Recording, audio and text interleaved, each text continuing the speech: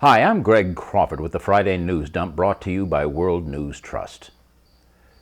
People look around like shell-shocked soldiers in a bomb crater. They see the sick and twisted world of American politics and ask themselves this question: how in hell did we get here? How did the once respected nation that conceived and implemented the Marshall Plan following World War II manage to become, in just a few decades, a rogue nation that is feared, distrusted, and despised in every corner of the world? How did we sink so far, so fast? Pundits, analysts, and experts waste tons of paper and clutter the airways with the incessant drone of witless pontificating, nitpicking at the symptoms of our malaise, without ever addressing the root cause of our troubles. Like the name of Voldemort, no one in the idiocracy that is mainstream media dares to address the subject of selfishness. I've touched on the topic many times in past commentaries. It's nearly impossible not to, given that it permeates the warp and weave of our social fabric and pollutes our political structure to its very core. So it requires some serious circumlocution in order to avoid it. But it's time to stop avoiding it and to confront it head-on before it destroys us all, like the virulent cancer that it is. As infants, we are the pure essence of selfishness. We have to be. We are defenseless and completely helpless. We cannot reason, speak, or even feed ourselves. So in that context, selfishness is a survival mechanism. As we mature into puberty, then adolescence, and eventually into adulthood, we gradually subsume our infantile selfishness and balance it with empathy, a concern for the feeling of others. Or at least we're supposed to. Unfortunately, many people do not. And they employ all manner of rationalizations to justify it. The queen of pathological selfishness even wrote a book entitled The Virtue of Selfishness.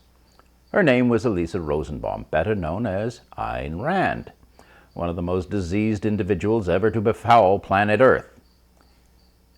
She was a third-rate hack who was dismissed as an unhinged sociopath until the Republicans said, "Ooh, Ayn baby, you're our girl." Republicans loved her because she was a Russian who gave credence of a sort to the most despicable aspects of predatory capitalism during the height of the Cold War.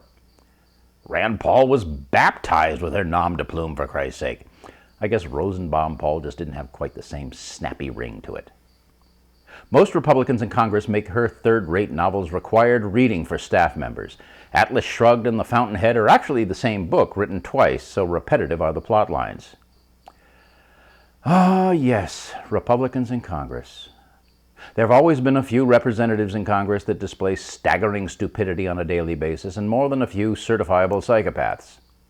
But nowadays, these wastes of skin are the rule rather than the exception, and this is way not good. Not for America, not for you and me, and not even for the web-footed pinheads that voted for them in the first place. They just don't know it yet. And boy, howdy do these slime buckets know how to lie. Just a few weeks ago, Mitt Romney had the chutzpah to come right out and say, "I actually never said that about the 47%. He was recorded saying it, for God's sake. What an idiot. Now, I realize that the Republicans refined and polished to a glossy perfection the Nazi propaganda technique called the big lie. But that is a knee-slapper even for Romney. Yes, truth is anathema to conservatives, but why do they lie like snakes? Simple. They lie because only lies can support their despicable and deceitful belief system.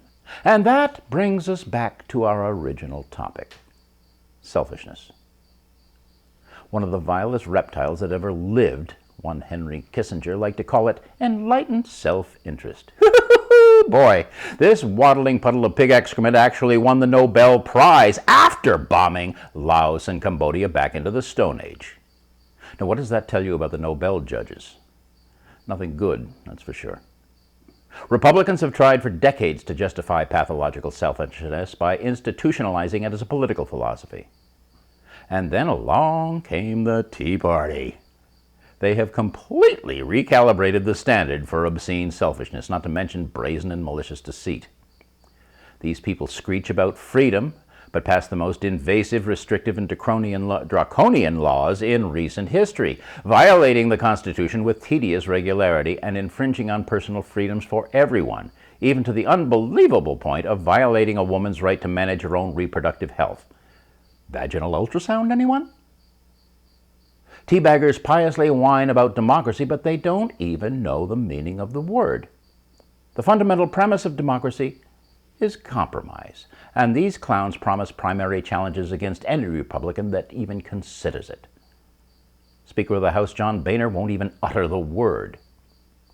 And it's all because they are too selfish to give so much as a moment's thought to anyone else's views on a given issue. This profound selfishness is nearly always accompanied by a congenital inability to think critically. So they're all too willing to do whatever Fox News or the right-wing demagogue du jour tells them to do. This is why psychopaths like Rush Limbaugh can marshal legions of brain-dead ditto-heads to protest and or vote against their own best interests. These lowest common denominators of the social equation have been encouraged to indulge their selfishness in order to fuel the consumer-based economy that grew up after Reagan sold our manufacturing-based economy down the river by removing barriers to overseas manufacturing by American companies. This allowed companies to outsource millions of good-paying jobs to third-world countries where they could make the same products for a fraction of the cost while selling them for inflated prices back here. Now, prodding people to buy overpriced toys that they can no longer afford was good for the credit card industry in the short term, but the boom and bust cycle is unsustainable in the long term.